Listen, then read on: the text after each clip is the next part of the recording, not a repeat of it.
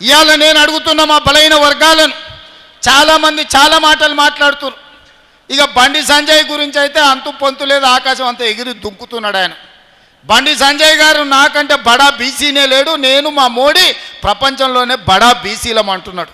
బడా బీసీలైన మోడీని, బండి సంజయ్ నేను అడుగుతున్నా, 12 ఏళ్ల నుంచి మీరే కదా ప్రధానమంత్రి, మీ ప్రభుత్వం ఉంది కదా, ఎందుకు 2021లో జనగణన చెయ్యలేదు, జనగణనలో కులగణన ఎందుకు చేర్చలేదని నేను బండి సంజయ్ని, మోడీ గారిని నేను అడుగుతున్నా. ఇవాళ ఇక్కడ ఉన్న ఈ సమావేశాన్ని చూస్తున్న మా బలైన వర్గాల మిత్రులను నేను అడుగుతున్నా, మీరు గుండెల మీద చేసుకొని చెప్పండి, 100 ఏళ్ల నుంచి మీ కులగణన జరగకపోతే మీ సోదరుడు రేవంత్ రెడ్డి ముఖ్యమంత్రి అయిన తర్వాత నెల రోజుల్లోనే మీ 100 ఏళ్ల సమస్యను సంవత్సరం లోపల ఇవాళ కులగణన చేసి లెక్కలు మీ ముందల పెట్టినా లేదా? నిజం చెప్పండి. మీ కులగణన 100 ఏళ్ల సమస్యను నేను పరిష్కరిస్తే నాకు ఓటేయండి, 12 ఏళ్ల బండి సంజయ్ మోడీ పరిష్కరిస్తే మోడీకి ఓటేయండి అని చెప్పి మా బీసీ సోదరులను నేను అడుగుతున్నా. ఇవాళ లెక్కలు తేల్చి మీకోసం అందరితో నేను కొట్లాడుతున్నా. తేల్చిన లెక్కలు తప్పని, మనం వండుకున్న అన్నంలో ఉప్పేసి తినకుండా చేయాలని బీజేపీ వాళ్ళు చేస్తున్న కుట్రను మీరు అర్థం చేసుకోండి అని మా బలైన వర్గాల సోదరులను అడుగుతున్నా. లెక్కలు తప్పున్నాయి అంటారు. బండి సంజయ్, కిషన్ రెడ్డి నేను సూటిగా అడుగుతున్నా, నేను లెక్క కట్టిన బలహీన వర్గాల లెక్క తప్పైతే తప్పెక్కడుందో ఎత్తి చూపించండి. తప్పని సొల్లువాగుడు వాగుడు కాదు.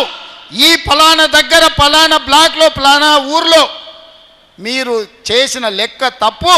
ఈడ బీసీలు ఉంటే బీసీలను ఓసీలలో కలిపారు, లేకపోతే ఓసీలు ఉంటే తీసుకెళ్ళి ఎస్సీలలో కలిపారని మేము చేసిన లెక్క తప్పు ఉంటే మీరు లెక్క చూపియండి. సొల్లు మాటలు మాట్లాడి వేదిక మీద నుంచి ప్రజల్ని తప్పుదోవ పట్టించి ఇలా పక్కాగా లెక్క కట్టిన కులగణను తప్పంటే రేపు బలహీన వర్గాలకే తీరని నష్టం జరుగుతుంది. సమగ్ర కుటుంబ సర్వే నన్ను చిత్తు కాగితాన్ని తీసుకొచ్చి వాళ్ళ లెక్కలు చూపిస్తారు. సమగ్ర కుటుంబ సర్వే 12 గంటలలో చంద్రశేఖరరావు చేసి ఇదే సొక్కమైన లెక్క అని ఆయన చెప్తుండు. ఆ సొక్కమైన లెక్కలు ఆయన చెప్పింది ఎంత అంటే బీసీల లెక్క 51%. కానీ పక్కా లెక్క కట్టిన నేను ఇవాళ 56.33% అని బీసీల లెక్క తేల్చింది నేను.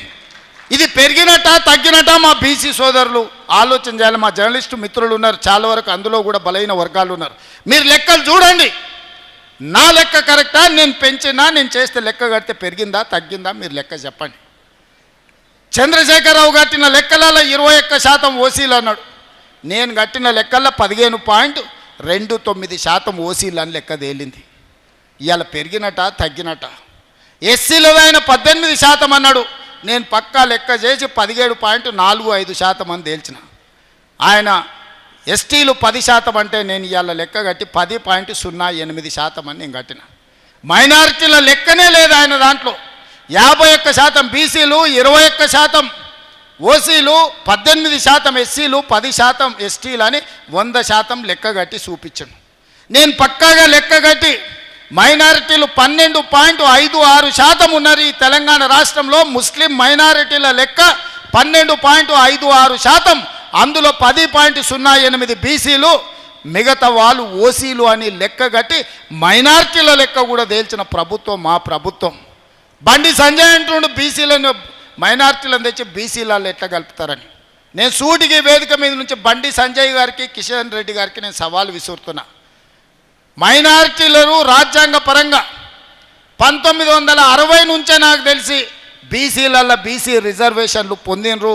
ఇవాళ దూదేకులు కానీ, తురక చాకలి కానీ, తురక మంగలి కానీ ఇట్లా 29 కులాలు బీసీలు ఇవాళ మైనారిటీలు బీసీల రిజర్వేషన్లు పొందుతారు. అంతెందుకు, కిషన్ రెడ్డి, బండి సంజయ్ సిద్ధంగా ఉంటే గుజరాత్ రాష్ట్రానికి నేను టీములను తీసుకెళ్తా. నరేంద్ర మోడీ గారు 12-13 ఏళ్ళు ముఖ్యమంత్రి ఉన్న గుజరాత్లో ఇవాళ ముస్లింలు 29 కులాలు బీసీ రిజర్వేషన్లు అనుభవిస్తున్నారు. ఇవాళ బీసీ రిజర్వేషన్లలో ముస్లింలు గుజరాత్లో ఉన్నారు. ఇవాళ ముస్లిం బీసీలు మధ్యప్రదేశ్ బీజేపీ ప్రభుత్వంలో ఉన్నారు, మహారాష్ట్ర బీజేపీ ప్రభుత్వంలో ఇవాళ ముస్లిం బీసీ రిజర్వేషన్లు అనుభవిస్తున్నారు. బీహార్లో మీ పొత్తుల ప్రభుత్వంలో ముస్లిం బీసీలు రిజర్వేషన్లు ఇవాళ పొందుతున్నారు.